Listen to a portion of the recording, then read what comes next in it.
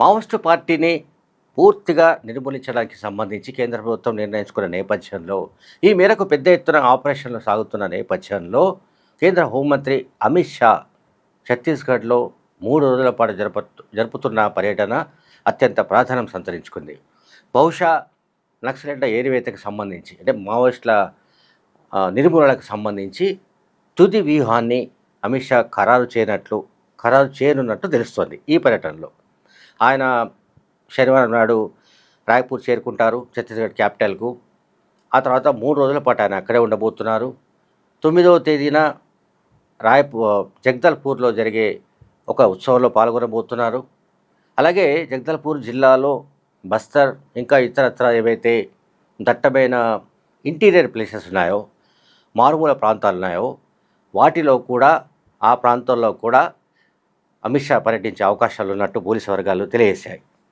అలాగే ఆదివారం నాడు అంటే ఫిబ్రవరి 8వ తేదీన రాయ్పూర్లో ఒక ఉన్నత స్థాయి కీలక సమావేశాన్ని అమిత్ షా తలపెట్టారు.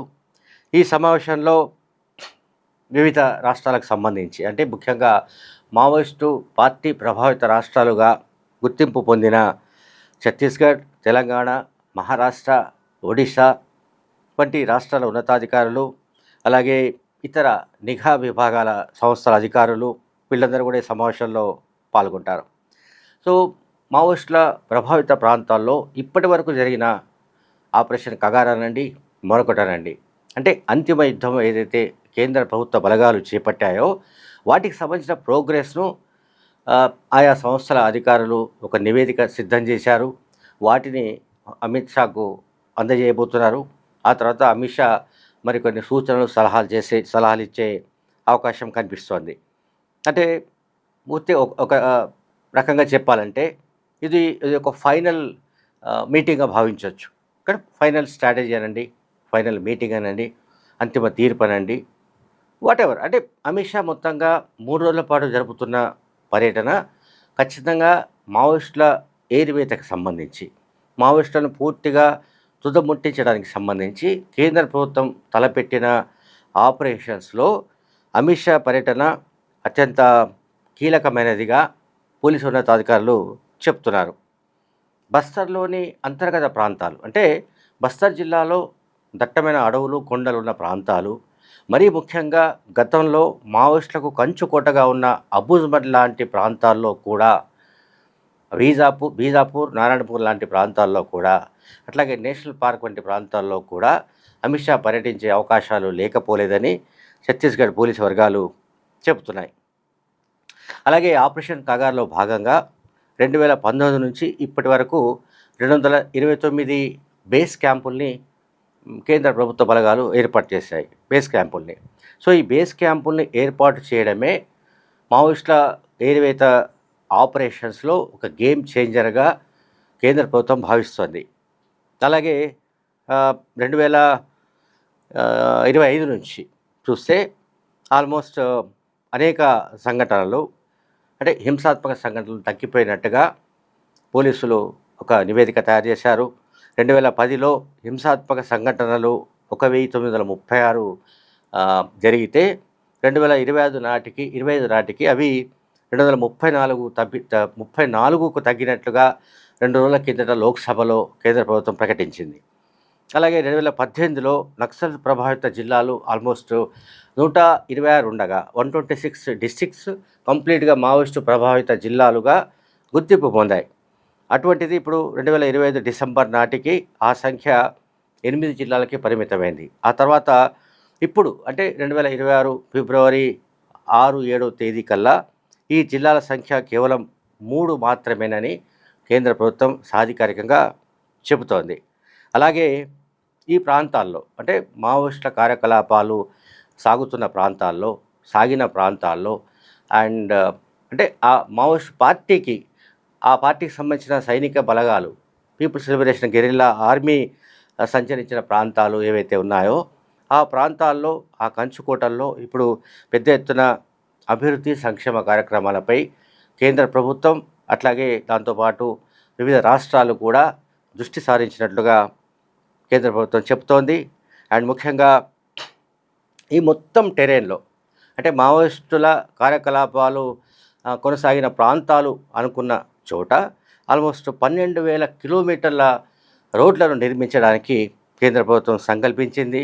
అలాగే 4G మొబైల్ టవర్సు, ఆ తర్వాత బ్యాంకింగ్ సౌకర్యాలను కూడా కల్పిస్తూ గిరిజనులను, ఆదివాసులను డెవలప్మెంట్లో భాగస్వాములు చేయాలని కూడా కేంద్ర ప్రభుత్వం భావిస్తుంది. ఈ మొత్తం వ్యవహారంలో అంటే మావోయిస్టులకు వ్యతిరేకంగా కేంద్ర ప్రభుత్వం చేపట్టిన అమలు చేస్తున్న కార్యకలాపాల్లో అమిత్ షా పర్యటన అనేది ఆల్మోస్ట్ ఒక చివరి అడుగుగా ఒక నిర్ధారణ అనుకోవచ్చు, ఒక నిర్ధారణ రావచ్చు.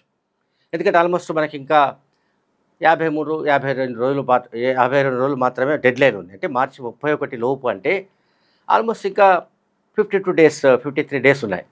సో ఈ 52, 53 రోజుల్లో ఇంకా ఎక్కడెక్కడ జార్ఖండ్ కావచ్చు, బీహార్, ఒడిశా, లేకుంటే ఛత్తీస్గఢ్, మహారాష్ట్ర ఇటువంటి ప్రాంతాల్లో ఎక్కడెక్కడ కార్యకలాపాలు సాగుతున్నాయి, అండ్ ఇంకా మిగిలిపోయిన నక్సలైట్ నాయకులు ఎవరు, వాళ్ళ ఆనుపాలు ఏమిటి, వాళ్ళ కదలికలు ఏమిటి, ఇంకా వాళ్ళ దగ్గర ఉన్న ఆయుధ సంపత్తి ఏమిటి, వీటన్నిటికి సంబంధించి కూడా రాయ్పూర్లో 8వ తేదీన జరిగే సమావేశంలో ఒక కంక్లూజన్కి వచ్చే అవకాశం ఉంది.